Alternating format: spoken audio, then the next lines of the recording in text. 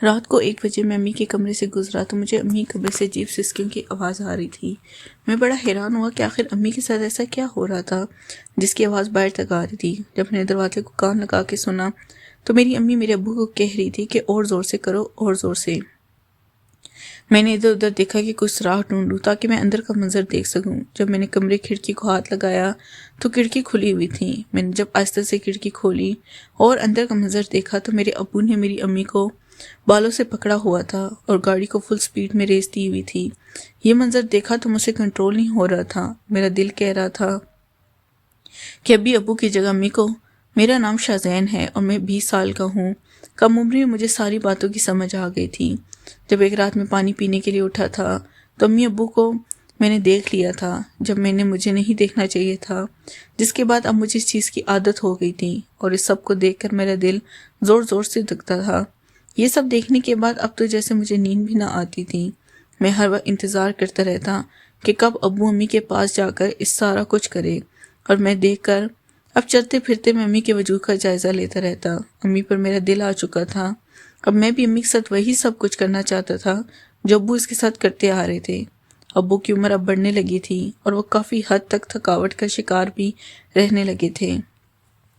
میں دیکھ رہا تھا کہ امی اب چڑچڑی سی رہنے لگی ہے اور ابو ان کو ٹھیک سے خوش نہیں کر پاتے۔ میں اب ایک جوان وجود رکھتا تھا۔ میرا وجود بہت سخت اور صحت مند تھا۔ میں ابو سے زیادہ خوبصورت بھی تھا۔ میں دیکھتا تھا کہ امی مجھے کس قدر حسد بھری نگاہوں سے دیکھتی ہیں۔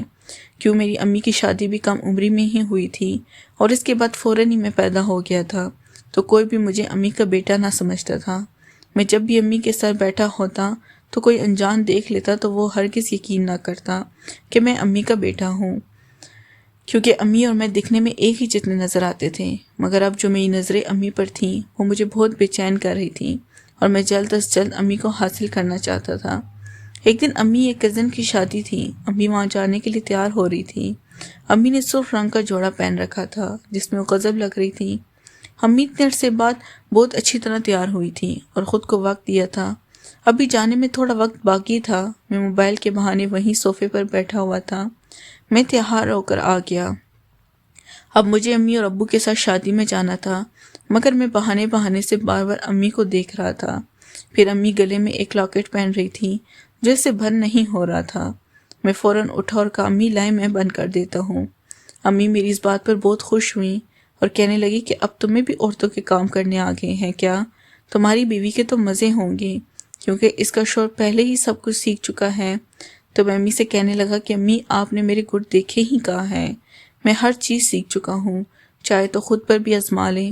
اب میں وہ بچہ نہیں رہا جس کو آپ نے اپنے ہاتھوں سے کھانا کھلایا کرتی تھی۔ میں ہر چیز کی سمجھ بوجھ اور پرکھ رکھتا ہوں۔ امی شیشے میں مجھے بہت غور سے دیکھنے لگیں۔ میں بھی شادی کے لیے اچھی طرح تیار ہوا تھا۔ میرا اتنا سب کچھ کہنا تھا کہ امی بالکل خاموشی سے مجھے دیکھنے لگیں۔ پھر میں نے بھی نظر ادھر ادھر گھما لی اور امی سے نظر چرانے لگا، کیونکہ ابھی مجھے اتنی ہمت نہیں تھی کہ میں ڈائریکٹ ہی امی سے سب کچھ کہہ سکوں۔ تھوڑی دیر بعد ابو نے گاڑی کا ہارن بجایا تو امی اور میں بائیں طرف آ گئے۔ میں نے گاڑی کا شیشہ اپنی طرف موڑا ہوا تھا۔ ابو گاڑی چلا رہے تھے جبکہ امی بیک سیٹ پر بیٹھی ہوئی تھی۔ میں مسلسل شیشے میں امی کو ہی دیکھ رہا تھا۔ امی میری یہ حرکت نوٹ کر چکی تھی مگر وہ کچھ بھی بول نہ رہی تھی۔ شادی کا فنکشن اٹینڈ ہوا۔ رات دیر ہم لوگ گھر آ گئے۔ ابو آ کر ہی سو چکے تھے۔ میں باہر سین میں کانوں میں ایئر فون لگا کر فون میں گانے سن رہا تھا اور واک کر رہا تھا۔ تب یہ اچانک امی باہر آئیں اور مجھے اس طرح دیکھ کر حیران ہوئی اور کہنے لگی سلمان ابھی تک تم سوئے نہیں ہو؟ اس وقت تک کیوں جاگ رہے ہو؟ پھر میں نے امی سے کہنے لگا امی کیا کروں، میرے وجود میں ایسی بے چینی دوڑ رہی ہے جو مجھے سونے ہی نہیں دے رہی۔ امی نے چونک کر میری طرف دیکھا اور ہنس پڑی۔ کہنے لگی اچھا جی تو کون سی بے چینی نے میرے بیٹے کو جگا رکھا ہے، مجھے بھی ذرا پتہ چلے۔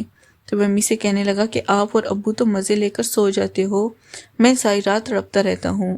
امی نے اتنی کھلی ڈلی بات سن کر مجھے حیرانگی سے دیکھا، پھر کہنے لگی اچھا تو اب میرے بیٹے کو بھی ایک عدد بیوی چاہیے؟ پھر میں امی سے کہنے لگا کہ نہ بابا نہ، اتنی سی عمر میں مجھے ان جمیلوں میں نہیں پڑنا۔ تو امی کہنے لگی کہ پھر کیا بات ہے اور کیا کہنا چاہتے ہو؟ تم ذرا کھل کر کہو۔ میں نے امی سے کہا مجھے ذرا چائے بنا کر دے، مجھے سر میں بہت درد ہے، شادی کے ہنگامے کی وجہ سے میرا سر کافی دکھ رہا ہے۔ پھر امی میرے لیے چائے بنانے چلی گئی۔ میں دل ہی دل میں خوفزدہ ہو رہا تھا، کیا مجھے امی سے اپنی فرمائش کر دینی چاہیے یا نہیں؟ موقع اچھا تھا، اگر امی مجھ سے ناراض ہو گئی تو پھر میرا کیا ہوگا؟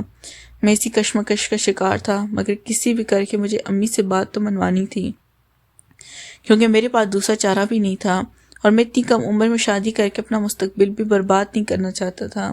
امی نے مجھے چائے بنا کر دی اور بغیر مجھ سے کوئی بات کیے کمرے میں چلی گئی۔ ہم تینوں رات کو ایک ہی روم میں سویا کرتے تھے۔ کبھی کبھی سردیوں میں اپنے کمرے میں سو جایا کرتا تھا، مگر اکثر رات کے 11 بجے میں کمرے میں چلا جاتا۔ اس سے پہلے میں اپنے کمرے میں اپنی پڑھائی کیا کرتا تھا، تب تک امی ابو بھی کھانا کھا کر فارغ ہو جاتے تھے۔ پھر میں اپنے بستر میں لیٹ جاتا۔ رات کو 1 یا 2 بجے قریب جب ابو امی کو اٹھاتا تو اس کے آخر پہ میری بھی آنکھیں کھل جاتی، مگر کبھی بھی میں ان پر یہ ظاہر نہ کرتا کہ میں آپ لوگوں کو دیکھ رہا ہوں۔ کمرے میں بالکل ہلکی سی روشنی تھی جس سے کسی کا چہرہ بھی واضح نظر نہ آتا تھا، مگر میں اچھی طرح واقف ہو گیا تھا کہ وہ لوگ کون سا کھیل کھیل رہے ہیں۔ آج جب میں کمرے میں داخل ہوا تو وہی مدہم روشنی چل رہی تھی۔ میں اپنی جگہ اپنے بستر پر سو گیا کہ تقریباً 3 بجے تک ابو نے امی سے آہستہ آہستہ سرگوشی کرنا شروع کی، جس سے میری آنکھ کھل گئی۔ اب میں ان دونوں کو کمبل سے آنکھیں باہر نکال کر دیکھنے لگا۔ یہ سارا منظر میری آنکھوں کے سامنے کسی فلم کی طرح چل رہا تھا۔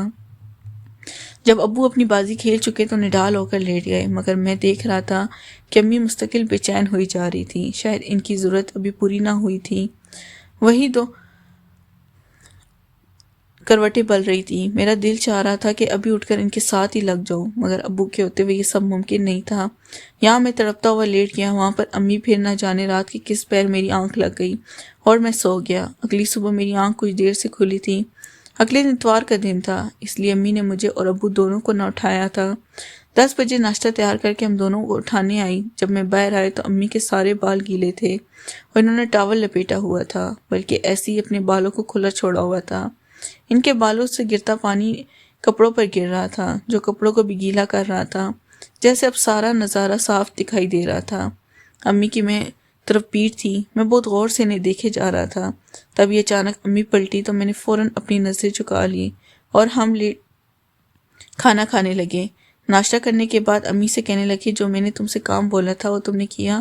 تو امی مایوسی سے ان کی طرف دیکھنے لگی اور کہنے لگی، میں اتنے دن کس طرح آپ کے بغیر گزارا کر سکتی ہوں؟ پھر میں ان سے پوچھنے لگا کہ امی ابو کہاں جا رہے ہیں؟ تو امی نے بتایا کہ تمہارے ابو لاہور جا رہے ہیں آفس کی ضروری کام سے 1 ہفتے کے لیے، پھر اگلے اتوار کو ہی واپس آنا ہے۔ تو میں خاموش ہو گیا۔ امی نے ابو کا بیگ تیار کیا، کپڑے انہوں نے پہلے ہی استری کر کے رکھ دیے تھے، ضرورت کا سامان بھی ان کے بیگ میں ڈالا۔ تب بھی ابو نے مجھے کہا کہ مجھے اسٹیشن تک چھوڑ کر آؤ۔ میں خوشی خوشی اٹھا اور دل ہی دل میں سوچنے لگا کہ اب میری باری آ ہی گئی جس کا مجھے انتظار تھا۔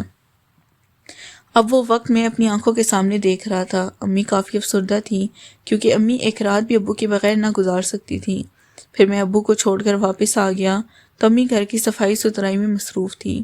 میں امی کے قریب آ کر بیٹھ گیا اور کہنے لگا، امی آپ مایوس نہ ہو، میں ہوں نا۔ تو امی کہنے لگی، ہاں تم تو ہو، مگر تمہارے باپ کی جگہ کون لے سکتا ہے؟ پھر میں نے آہستہ سے کہا کہ امی آپ کو بولا ہے نا میں ہوں نا، میں سب سنبھال لوں گا۔ امی نے جیسی میری بات ابھی نہ سمجھی تھی۔ سارا دن یوں ہی گزر گیا اور پتہ ہی نہیں چلا۔ میں شام کو دوستوں کے ساتھ باہر نکل گیا اور ڈنر باہر ہی کیا۔ امی کو میں پہلے سے بتا کر ہی گیا تھا کہ اتوار کے دن میرے دوست فارغ ہوتے ہیں، میں ان کے ساتھ ہی باہر کھانا کھاؤں گا۔ امی نے مجھے کچھ پیسے دے دیے تھے، پھر میں باہر چلا گیا۔